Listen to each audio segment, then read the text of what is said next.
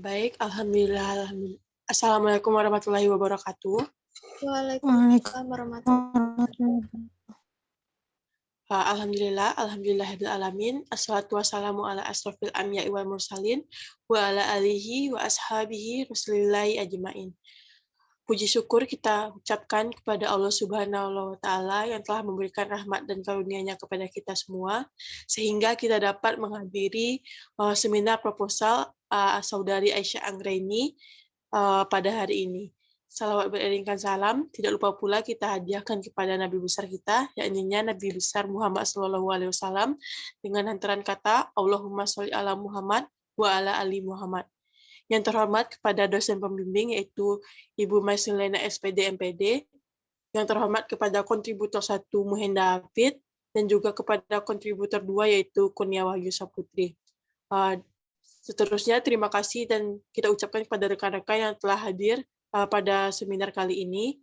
Baiklah, hari ini akan dilaksanakan seminar proposal yang berjudul Peningkatan Proses Pembelajaran Tematik Terpadu menggunakan strategi Active Learning Type Index Card Match di kelas 4 SD Negeri 11 Ampang. Baik, kita persilakan kepada Saudari Aisyah Anggraini untuk mempresentasikan proposalnya. Kepada Saudari Aisyah, disilahkan. Baik, terima kasih sebelumnya kepada moderator Catherine Putri Nevelia yang telah memandu pembukaan seminar proposal saya pada pagi hari ini. Baiklah, langsung saja pada kesempatan kali ini saya akan mempresentasikan proposal saya yang berjudul Peningkatan Proses Pembelajaran Tematik Terpadu menggunakan Strategi Active Learning Tipe Indicators Match di kelas 4 SD Negeri 11 Ampang. Nah, bagian pertama yaitu latar belakang dimulai dari pembelajaran tematik terpadu yang merupakan pembelajaran yang mengaitkan satu pembelajaran dengan pembelajaran lainnya dalam satu tema tertentu, sehingga peserta didik dapat mengingatnya lebih lama serta pembelajaran tersebut dapat lebih bermakna. Pembelajaran tematik terpadu ini mengaitkan beberapa mata pelajaran dan mengaitkannya dalam kehidupan sehari-hari peserta didik, sehingga konsep yang didapatkan oleh peserta didik itu dapat terkonsep secara lebih jelas dan peserta didik dapat lebih aktif dalam mengerjakan pembelajaran ini secara lebih aktif. Kemudian latar belakang dari proposal saya saat ini yaitu penggunaan kurikulum 2013 yang lebih mengembangkan potensi atau kemampuan yang dimiliki oleh peserta didik, serta peserta didik tersebut dapat diharapkan dapat memiliki jiwa saing yang diharapkan untuk bersaing di masa yang akan datang. Guru juga dituntut untuk lebih aktif dan kreatif serta inovatif dalam menciptakan pembelajaran. Selanjutnya, dalam pembelajaran, tentunya seorang guru memerlukan sebuah RPP atau rancangan pelaksanaan pembelajaran yang mana hal ini harus dibuat terlebih dahulu oleh guru agar dapat mencapai tujuan pembelajaran yang maksimal. Nah, untuk itu dalam pembelajaran maka kenyataannya pada saat sekarang ini pembelajaran tematik itu ada beberapa permasalahan seperti peserta didik yang belum aktif pada saat proses pembelajaran, kemudian peserta didik belum tertarik pada saat proses pembelajaran dikarenakan guru belum menguasai model, dan yang terakhir suasana belajar yang kurang menyenangkan.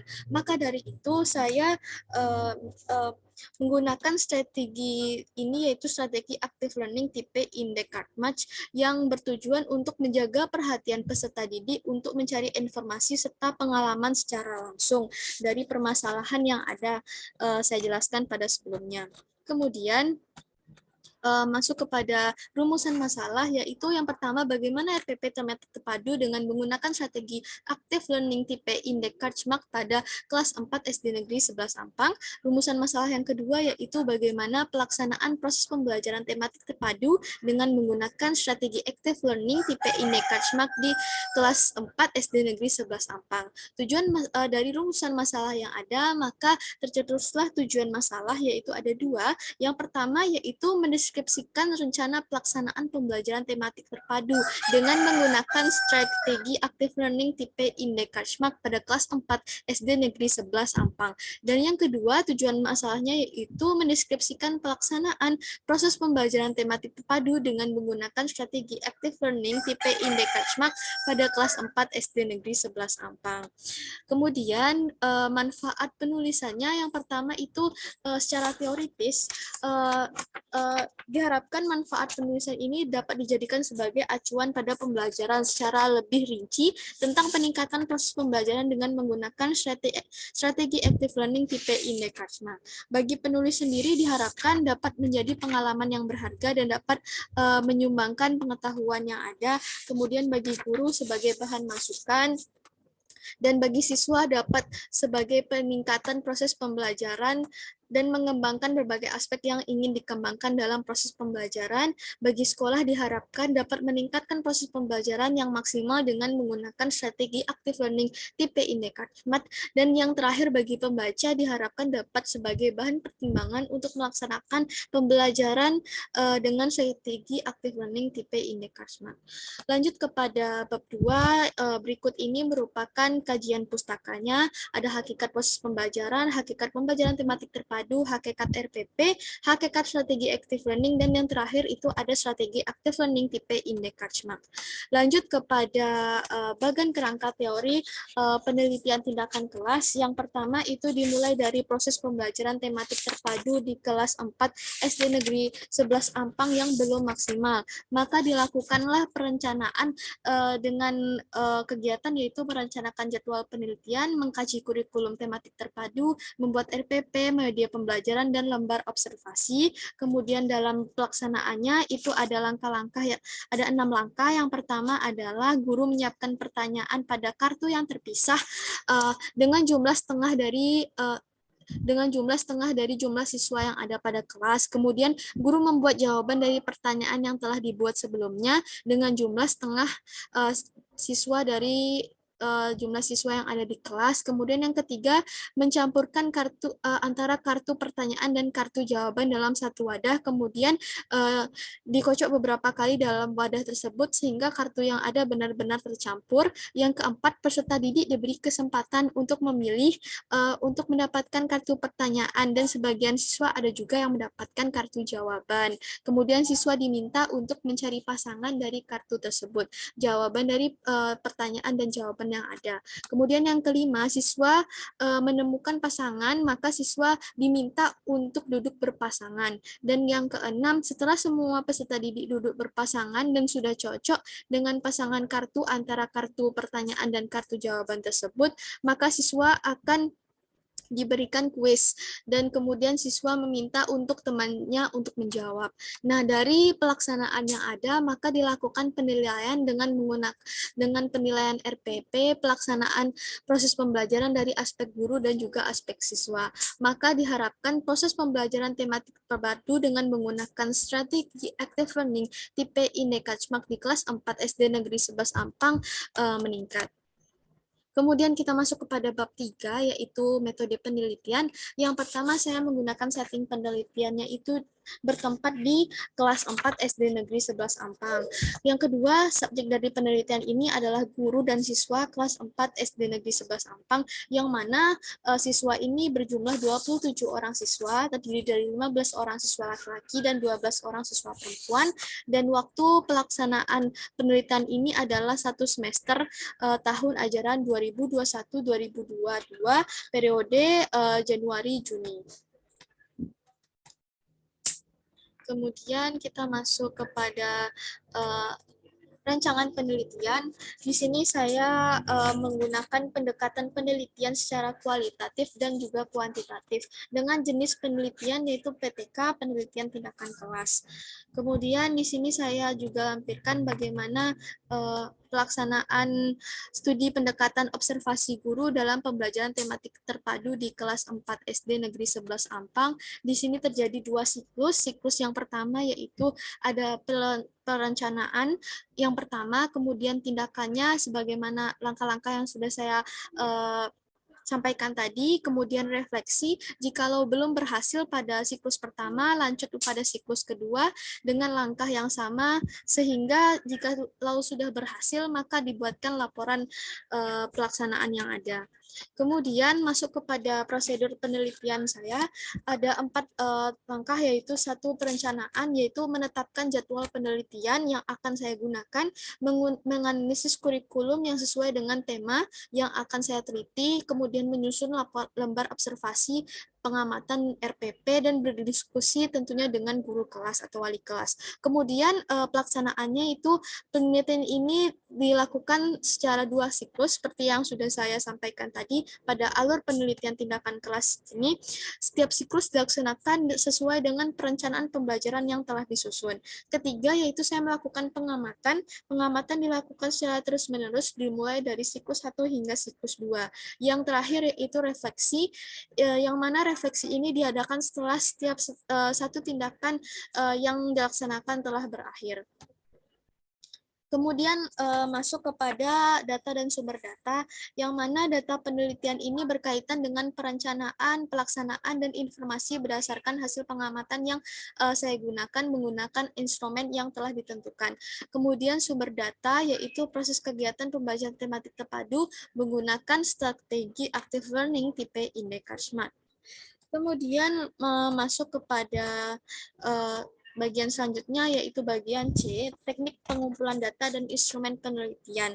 Nah, teknik pengumpulan data di sini saya menggunakan 3, yaitu dokumen analisis berupa RPP, RPP yang menggunakan strategi active learning tipe Indecart-Smart. Kemudian saya melakukan observasi. Observasi ini merupakan pengamatan terhadap segenap proses pembelajaran yang ada pada kelas 4 SD Negeri 11 Ampang dengan menggunakan strategi active learning tipe Indecart-Smart, dan juga yang terakhir yaitu tes dan non-tes, yang mana nanti akan dilakukan penilaian hasil belajar di SD Negeri 11 Ampang, khususnya di kelas 4 setelah proses pembelajaran berlangsung.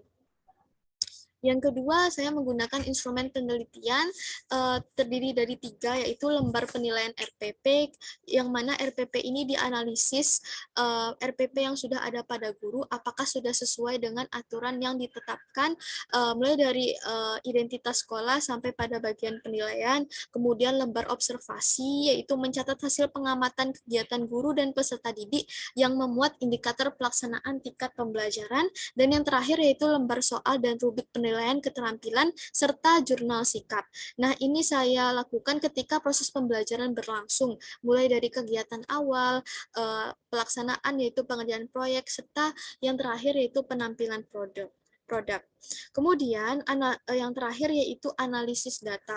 Analisis data ini digunakan terhadap data yang telah direduksi baik dalam data perencanaan maupun melakukan pelaksanaan serta data pada saat proses evaluasi. Analisis data ini dilakukan secara terpisah. Hal ini dimaksudkan agar dapat ditemukan berbagai informasi yang mendukung pembelajaran dan data mana saja yang dapat menghambat proses pembelajaran.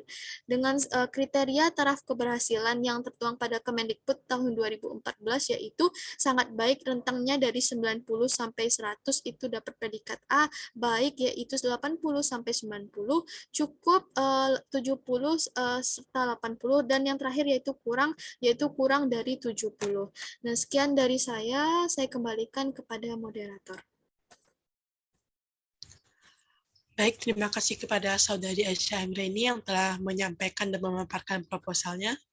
Selanjutnya diberikan kesempatan kepada forum untuk menanggapi ataupun bertanya terkait proposal yang telah dipresentasikan oleh Saudari Aisyah Anggraini. Kepada forum disilakan.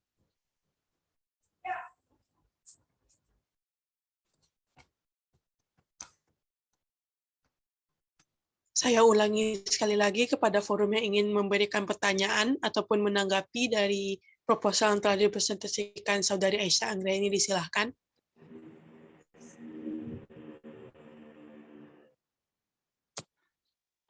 Baiklah, sepertinya tidak ada forum yang ingin bertanya. Kita lanjutkan, kita berikan kesempatan kepada kontributor 1 untuk mengomentari yang telah dipresentasikan oleh Aisyah Anggraini. Kepada kontributor 1, Saudari Hafid. Baik, terima kasih kepada moderator. Baiklah, saya Moen David dari kontributor 1. Menurut saya, proposal yang ditampilkan Aisyah Anggreni sudah cukup baik. Di sini saya hanya ingin bertanya, apa latar belakang saudara Aisyah menggunakan objeknya itu SD 11 Ampang, dan apa saja jenis metode yang Aisyah gunakan. Terima kasih, saya kembalikan kepada moderator. Baik, terima kasih kepada Saudari Hafid. Mungkin langsung saja kepada Aisyah Anggreni untuk menanggapi pertanyaan dari kontributor 1. Kepada Aisyah, disilakan. Baik, terima kasih kepada kontributor 1, yaitu Saudara Mohendra Hafid yang telah memberikan tanggapannya terkait proposal yang sudah saya presentasikan tadi. Pertanyaan pertama terkait latar belakang saya menggunakan SD Negeri 11 Ampang. Sebelumnya saya telah melakukan pengabdian yaitu kampus mengajar angkatan 2 di SD Negeri 11 Ampang. Maka dari itu saya telah melakukan observasi kurang lebih 5 bulan atau 1 semester di SD Negeri 11 Ampang ini. Saya melihat bahwa pembelajaran di SD Negeri 11 Ampang khususnya pada kelas 4 itu terkesan monoton saja. Guru menggunakan metode ceramah seperti biasa, kemudian guru juga menggunakan metode diskusi dengan rekan sebaya dalam satu kelompok, kemudian guru juga menggunakan model problem based learning. Nah, saya melihat minat dan bakat minat siswa dalam belajar itu cenderung menurun setiap harinya karena siswa tidak karena guru setiap proses pembelajaran tersebut menggunakan metode atau model ataupun strategi yang terkesan itu-itu saja. Maka minat belajar dari siswa tersebut menurun. Maka dari itu saya mencari strategi pembelajaran yang terkesan cocok untuk siswa, khususnya di kelas 4 SD Negeri 11 Ampang, yaitu strategi active learning tipe Indekajmak, yang mana guru di SD Negeri 11 Ampang sendiri belum pernah mencobakan strategi active learning ini. Kemudian pertanyaan Saudara Mohendra Hafid yang kedua yaitu apa metode jenis metode yang digunakan. Seperti yang sudah saya utarakan tadi, saya menggunakan metode pada penelitian ini yaitu pendekatan kualitatif dan kuantitatif, yang mana pendekatan kualitatif yaitu pendekatan yang dimaksud untuk memahami fenomena tentang apa yang dialami oleh subjek. Di sini saya memaksudkan yaitu peserta didik, dan juga pendekatan kualitatif ini pendekatan yang bersifat untuk mengumpulkan data, analisis data, dan tampilan pada hasil data yang telah digunakan. Kemudian saya juga menggunakan pendekatan kuantitatif, yang mana metode penelitian ini berdasarkan pada populasi atau sampel tertentu, yang mana saya ambil yaitu 27 siswa kelas 4 di SD Negeri 11 Ampang. Kemudian jenis penelitian yang saya gunakan pada penelitian kali ini yaitu penelitian tindakan kelas, yang mana saya bermaksud untuk memperbaiki dan meningkatkan proses pembelajaran yang ada di kelas, khususnya di kelas 4 SD Negeri 11 Ampang. Sekian dari saya kembalikan pada moderator.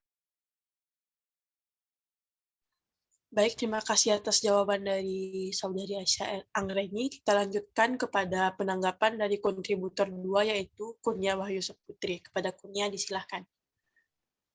Baik, terima kasih kepada moderator. Di sini saya Kurnia Wahyu Saputri akan memberikan tanggapan kepada Aisyah Anggreni terkait proposal yang telah diseminarkan.